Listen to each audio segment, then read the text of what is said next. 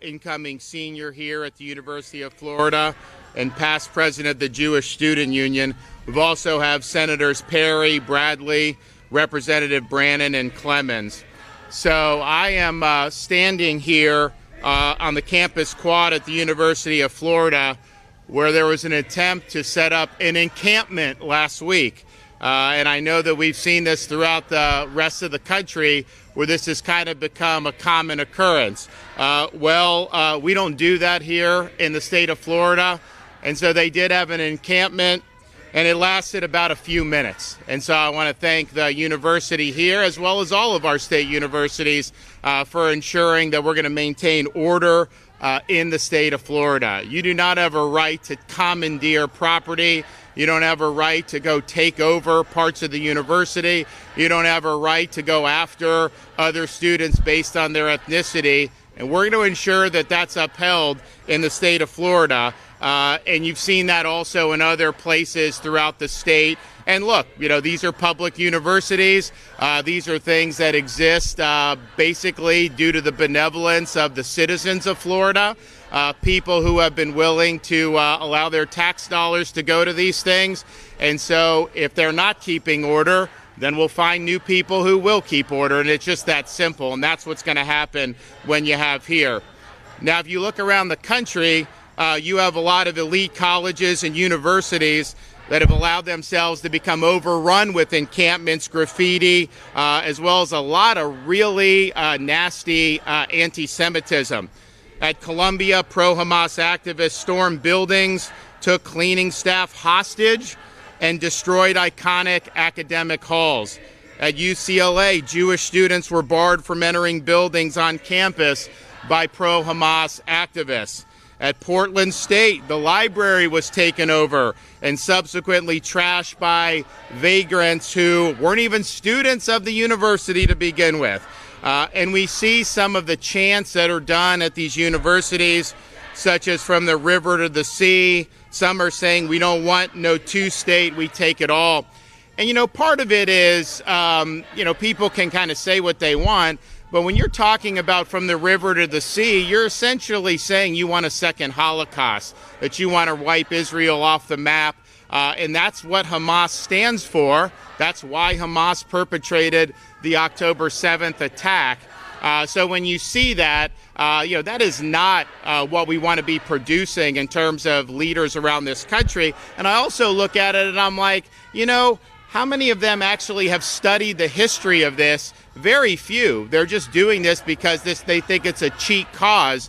The reality is, if you actually studied the history of this, you would be able to see there's never been a Palestinian state. That was Ottoman Empire for hundreds of years, then the British Mandate, then the UN partition plan, and basically Israel accepted that and the Arabs rejected, and they went to war and they lost. So we can talk about that, but I think a lot of these people that are just spouting nonsense, they don't know what they're talking about. And it's very concerning. Some of these elite institutions around the country, are they just graduating a bunch of imbeciles? I think, unfortunately, that's the case. And that's why a lot of these people are not going to have job offers. You see even a lot of the big financial institutions, which are very liberal, are now saying we're not going to be entertaining this nonsense anymore. You also see really disrespectful behavior.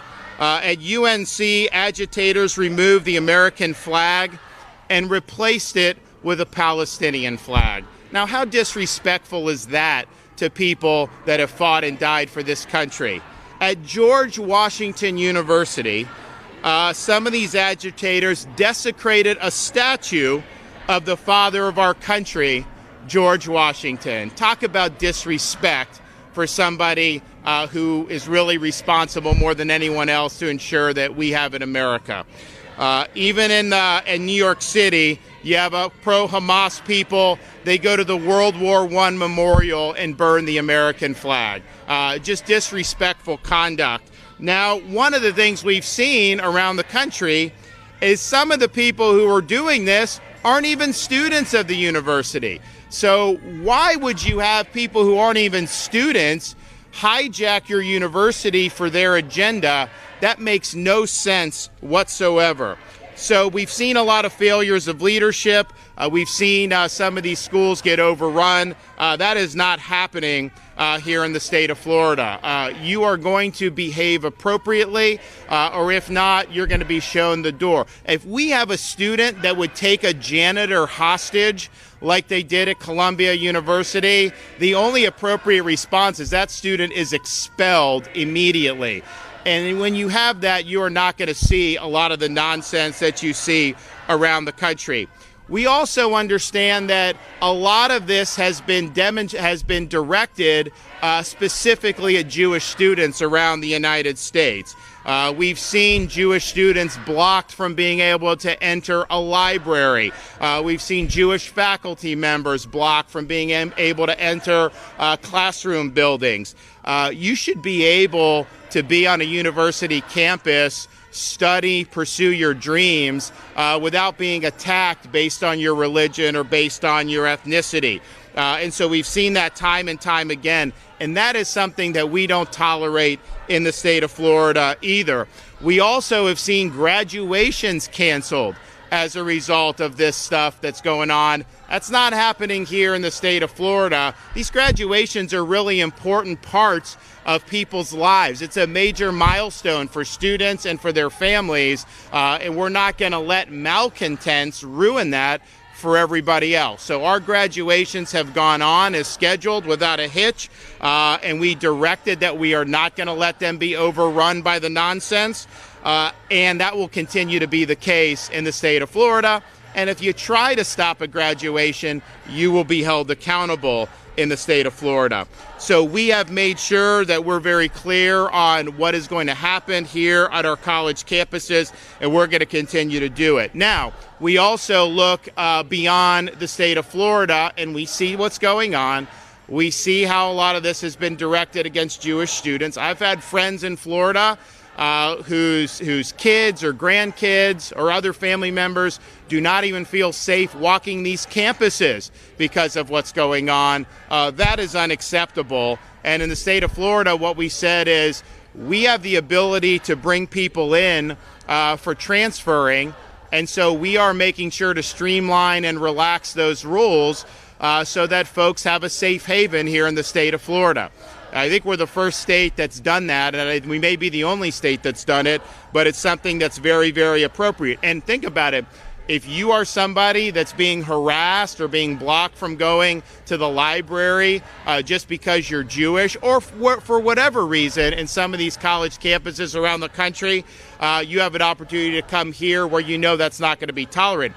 I think we have a chance to add some really good students, and I want to continue to attract good talent, and why not? So just yesterday, Florida ranked #1 for higher education by U.S. News and World Report for the 8th year in a row. And overall, the state of Florida for education is ranked #1 2 years in a row. 3 of our universities placed in the top 50 in the latest U.S. News rankings, including UF as our top Florida university, but also FSU and USF. Wall Street Journal did a ranking. All the colleges around the country, University of Florida ranked 15th overall, including the private universities, and they were the top-ranked public university based on those Wall Street Journal rankings. So we're happy with that. We're proud of that, but we know we're going to do much better in the future. And the best thing about this is that we have the most affordable higher education in the entire United States. University of Florida right here is ranked the most affordable college in the entire United States of America. Florida State in Tallahassee is ranked #2 for most affordable college in the United States. University of South Florida in Tampa is ranked #4 in the United States for affordability, and that is really, really key. Some of these colleges that may be quality, I mean, they are charging an arm and a leg. People have to mortgage their future. You don't have to do that here. And not only that, if you're qualified to come to UF as a Florida resident, chances are you're qualified for bright futures, so you may not have to pay any tuition, or maybe you get most of the tuition paid for. So that's a really, really great deal, and that's been very, very good for families. So we're proud of that, and we're going to continue to do it. So we do have this executive order that I signed in January. We are a welcoming place. Some of these universities that haven't been able to keep the peace, that are not standing up for their students, those students are going to be able to hotline into our universities. Now, they got to be qualified, but I think a lot of them are qualified and I think would be very value added. We also understand writ large the importance of school security, particularly on K through 12 education. So following the attacks on October 7th, we did a special session of the Florida legislature. We also made sure that Florida Highway Patrol was offering resources to local communities to protect targets of some of the things that we were seeing, particularly Jewish day schools and synagogues. We also, of course, did the instruction on the transferring, and then we did do more funding to protect some of these institutions that may be targeted. In January, I announced a distribution of $25 million to 134 different Jewish day schools to increase safety and security measures. And that's $43 million just since I took office in 2019. So today I'm here to be able to say that we are also going to support an additional $20 million to continue our support of Jewish day schools in the upcoming 24-25 fiscal year budget. This is important for school safety. I'm also announcing that I am going to be approving in the upcoming budget almost $570 million in K-12 student safety funding for this year. Since taking office, we've done nearly $1.4 billion invested into student safety initiatives, and that's everything from school hardening, school guardian programs, our Florida Safe Schools K-9 program, threat management portal, as well as mental health awareness and training for faculty and staff. So this has been really significant. Finally, I'm announcing that I'm approving an additional $20 million to increase security and infrastructure at Florida's HBCUs. Now, we have under our purview Florida A&M, but you also have HBCUs that are private, and we're helping work with all of them, whether public and private, to install school security measures. Finally, I recently signed House Bill 1473, which makes improvements to the school safety across the state. We're streamlining the process for former law enforcement officers to become school guardians. This has been very successful. We're also mandating instruction to students on using the Fortify Florida tool, which is our reporting tool for potential threats. And we're prohibiting the operation of drones over a school campus. So all in all, those are really important measures. We believe in safe schools in K-12, and we agree and we believe in university campuses that are orderly and that people have an opportunity to learn, and that you don't have the campus overrun with agitation. Finally, before I turn it over to our next speakers, I can also say in the upcoming budget, with respect to University of Florida, I am approving $75 million for a new campus in Jacksonville, which is going to be really significant.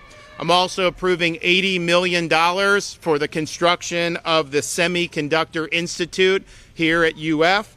And then that's in addition to another $200+ million that we are supporting for other programs and research items at this university. And of course, we have other things in the budget that you'll be seeing as well. So all in all, I think that this has been significant. We've put a lot of resources into supporting our state universities, and I think UF has probably gotten more than just about anyone. Of course, I think we've had appropriations chairmen in the Senate who are UF graduates, so that helps when you have that. But we've definitely put our money where our mouth is, and we've done a lot. All right, so we're going to hear from some other folks, starting with our Chancellor of the State University System, Ray Rodriguez.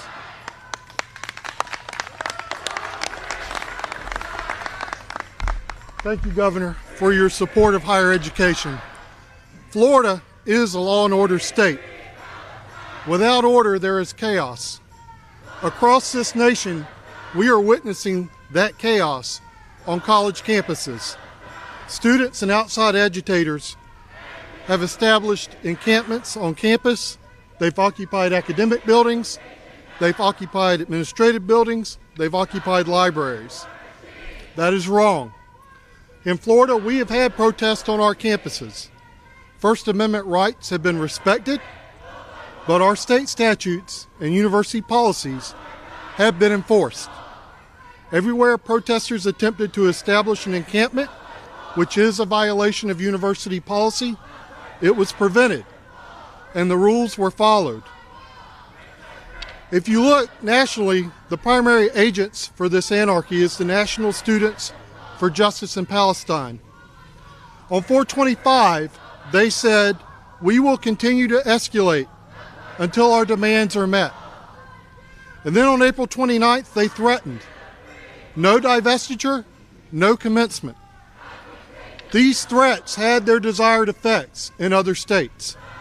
The University of Minnesota negotiated with the protesters and promised to consider divestment. Northwestern University negotiated and agreed to create an advisory committee on investment responsibility and include students. They also agreed to create 2 new visiting lines and fill them with Palestinian faculty and fund 5 new scholarships for Palestinian students. At Wesleyan University in Connecticut, faculty were allowed to go into the student encampments and teach classes. Think how you would feel if you were a parent of a Jewish student at Wesleyan and the class was being conducted in the encampments. Rutgers University negotiated with protesters and agreed to create a Department of Middle Eastern Studies, build an Arab Cultural Center, add a senior DEI administrator to promote Arab, Muslim, and Palestinian communities, and provide amnesty to all students and faculty who participated in the protest and broke university policy or state law. It is shameful to witness these universities negotiating with lawbreakers, appeasing their demands, offering amnesty to the guilty, and divesting their funds. I shared earlier how National Students for Justice in Palestine threatened commencement. I'm going to tell you one of the reasons we found that so offensive. The university class of 2024 is largely comprised of the high school class of 2020. These are students that, due to COVID, did not have the opportunity to walk across the stage and receive their diploma at a graduation ceremony. And now these national activists want to deny this same cohort of students the opportunity to walk across the stage and receive the degree that they have earned through their hard work. An annual rite of passage and one of the most important traditions in academia. Upon consulting with Governor DeSantis, I was directed to work with our university presidents and ensure that no commencement ceremony was canceled or disrupted, and we were provided all of the resources that we needed to achieve that objective. I am so proud of our university presidents. I'm so proud of our university campus police. I'm so proud of the Florida Highway Patrol and the manpower and expertise and support they provided us in our commencement ceremonies. Our county sheriff stepped up. Our local police department stepped up. And all of them working together ensured that our commencements occurred without disruption, without discrimination, without intimidation, and without harassment. Now, many of these protesters have said they'll be back in fall, and they plan to pick up right where they're leaving off. Well, when they return, rest assured, we will be here, ready to continue to provide the highest quality education at the lowest price while maintaining law and order on our campuses. In Florida, there will be no negotiations. There will be no appeasement. There will be no amnesty, and there will be no divestment. Under Governor DeSantis, Florida will continue to lead by example. Thank you, Governor, for all you're doing. You know, I wasn't here after October 7th on the campus. I'm sure the protesters were all very upset at the fact that Hamas went into Israeli communities and baked babies in ovens. raped women, assassinated elderly people in very brutal ways. I'm sure they were very upset about that and were out. Oh, no, they weren't. That's right. They didn't care about that. They were completely fine with those massacres happening, and they had no concern about that. And I think that says anything. I also hear this stuff about occupation. The Gaza Strip is not occupied, okay? That's been Hamas's sanctuary for many years now. And did they create opportunities for people? Did they utilize the natural resources? No. They focused their efforts on terrorism, and that's what's happened. And so much of this is just such a farce that it's just kind of embarrassing to even hear some of this nonsense. So, okay, with that, I have Dave Kerner, Florida Highway Safety and Motor Vehicles. Thank you, Governor, and it's a great day to be a Florida Gator, as it always is. Chancellor, I love your tie. Awesome, outstanding. To echo what the Governor has said, as we have seen very clearly, there is a stark difference between Florida and many other states in this nation. This is very intentional. Our governor will not bend to the shrill and illogical will of an entitled and reckless super minority. He will not tolerate for a moment our campuses degenerating into collectives of violence and anti-American and anti-Semitic dogma. And neither will the Florida Highway Patrol. So I answer a question that I've been asked pretty often, which is, has the governor personally been involved in directing law enforcement and the Florida Highway Patrol to these events and to these university campuses? I answer that question in the affirmative. The answer is yes. On countless occasions, campus and local law enforcement has requested the assistance of Florida Highway Patrol, and on countless other occasions, we have proactively assisted campus and local law enforcement. But in all instances, these actions were taken at the direction of Governor DeSantis. As I stand upon the campus of the flagship university of the flagship state of America, I am reminded that the right to walk to your class free from religious harassment and the ability to obtain an education free from radicalized intimidation are all parts of our larger God-given rights to life, liberty, and the pursuit of happiness. To close, as I look out upon this beautiful campus, my alma mater, I'm reminded that Florida's colleges and universities will always remain centers of education and growth, not encampments of radicalization and intimidation. The governor has been transparent and forceful in the state's strategy. Florida's students and faculty will never have to seek shelter in the shadows of these campuses, because those that violate the law will find themselves in the county jail first. It is an honor to be here today, Mr. Chairman, Mr. President, Governor. Thank you for your leadership, and go Gators. Okay. All right, next we'll hear from our host, the President of the University of Florida, Ben Sasse.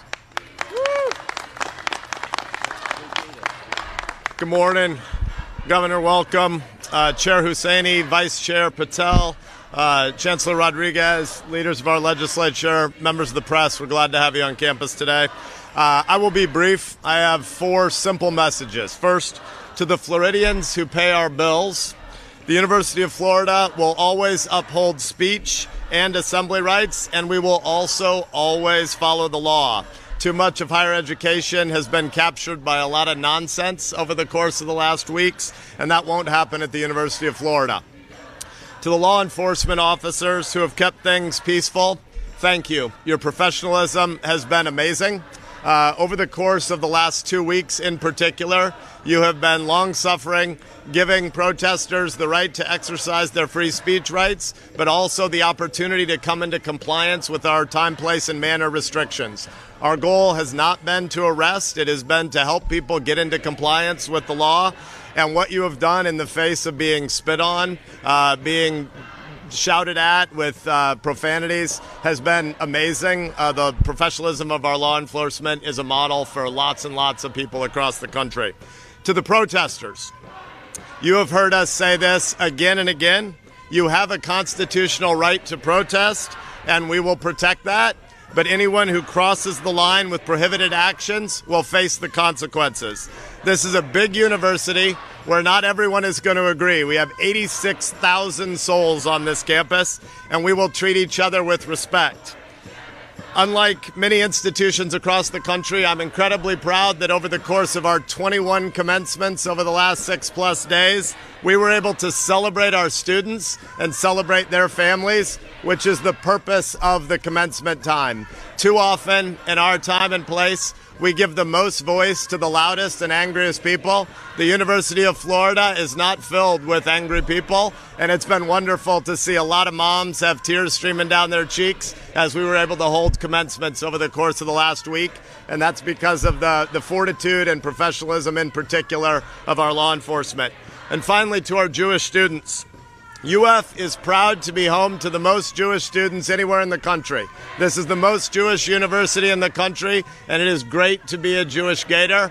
I want all of our students to feel safe, but more than the subjective feeling, I want our students to be safe. And that is true today, and we're glad to have you, and we're excited to celebrate a big future together. Go Gators!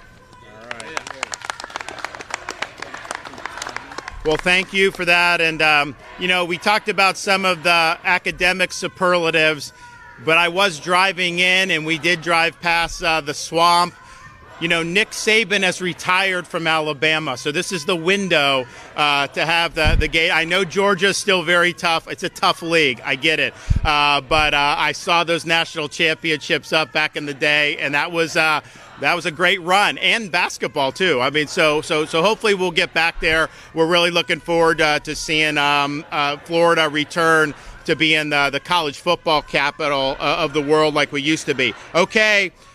We finally have Jager Leach. He's an incoming senior at UF and past president of the Jewish Student Union.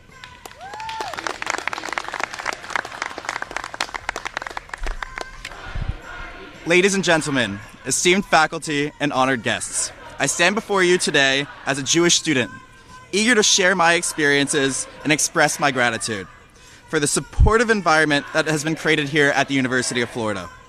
In a world where news of encampments and protests on college campuses inundates us daily, I am acutely aware of the privilege of studying at an institution where our leadership is unwavering in its support of our community. Allow me to introduce myself. My name is Jager Leach, and I am a rising senior majoring in sports management on the pre-law track. I am the past president of both the Jewish Student Union and Zeta Beta Tau, a historically Jewish fraternity. As you can tell, being a Jewish leader is something that I value, and something that has shaped me into the student that I am today. When protests started at UF, I was struck by a profound sense of pain. While walking to the library to study for an exam, nothing could have prepared me for the deafening chants of the protesters, shouting, "From the river to the sea, Palestine will be free, and long live the Intifada." Phrases that call explicitly for the elimination of the Jewish people, my people. Despite my efforts to focus on my studies, the noise persisted, making concentration impossible. After a few minutes, I was about to leave, however, the noise suddenly stopped. After leaving the library, I noticed that the protesters were still there, spewing their hateful rhetoric. Yet I was relieved to learn that university administration and UFPD had taken swift action to ensure that their noise would not disrupt the academic environment. Across the country, Jewish students are faced with this reality every day. However, thankfully, at the University of Florida, this was only a short-lived incident. I want to take a moment to commend President Sass, the Office of Student Life, the UFPD, and the Governor DeSantis for this unwavering support and commitment to our safety and education. President Sass has been a vocal supporter of Jewish students, both in mainstream media and through his actions, such as attending our Passover Seder and speaking at a solidarity vigil. The protest guidelines published by the Office of Student Life exemplify a balanced approach that respects free speech while ensuring a safe and respectful environment for all students. Governor DeSantis and the state of Florida deserve recognition for their steadfast support. Despite the challenges posed by protests, they've remained committed to protecting all students, regardless of their backgrounds. Their actions, such as providing security for Jewish institutions and waiving transfer application requirements for Jewish students facing anti-Semitic persecution, demonstrate a strong commitment to our safety and well-being. In conclusion, I want to emphasize the importance of upholding the principles of free speech while condemning the promotion of terror. Our leaders have navigated this challenge admirably, ensuring our campus remains a place where diverse perspectives can coexist peacefully.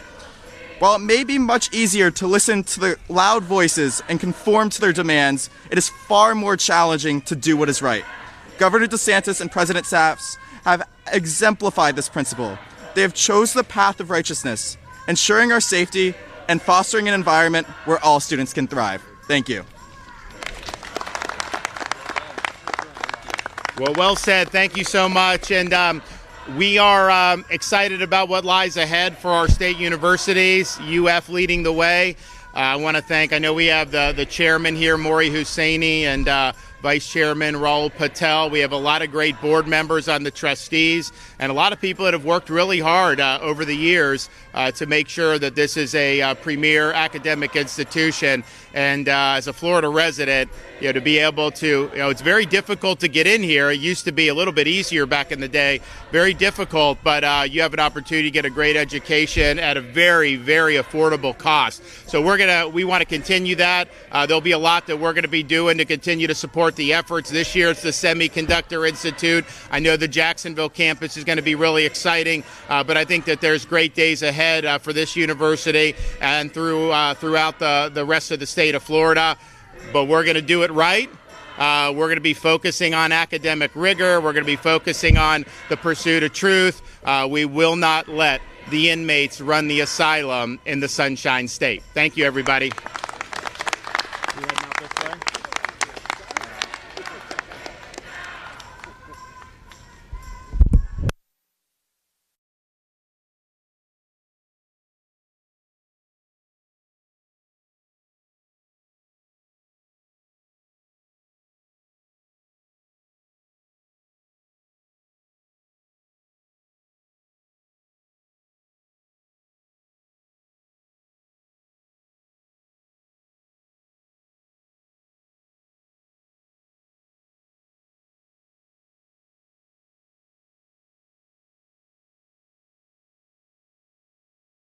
phone calls in Florida, and we focus on that for the purposes of determining where a tort occurred.